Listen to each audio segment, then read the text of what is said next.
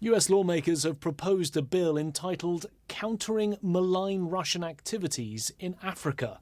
The act has already passed the House of Representatives with overwhelming support, but it still needs to be approved by the Senate before it's signed into law by President Joe Biden.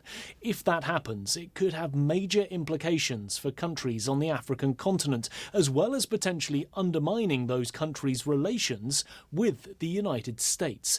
Now, much of the details still need to be worked out. The act requires the US Secretary of State to develop and submit a plan to counter what the act calls malign influence and activities carried out by Russia and its proxies in Africa. Broadly speaking, malign activities are anything the US deems as undermining American objectives and interests. And then the US would hold African nations accountable, potentially withdrawing aid.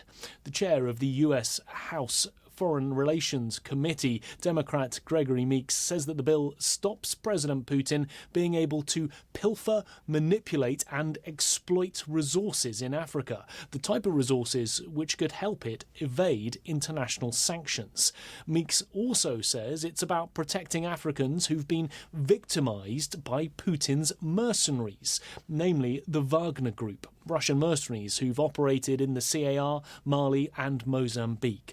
But critics see the bill as an attempt to punish Africa for not fully backing US-led efforts to impose sanctions on Russia. For example, only 27 African countries voted for a UN General Assembly resolution condemning Russia's invasion of Ukraine.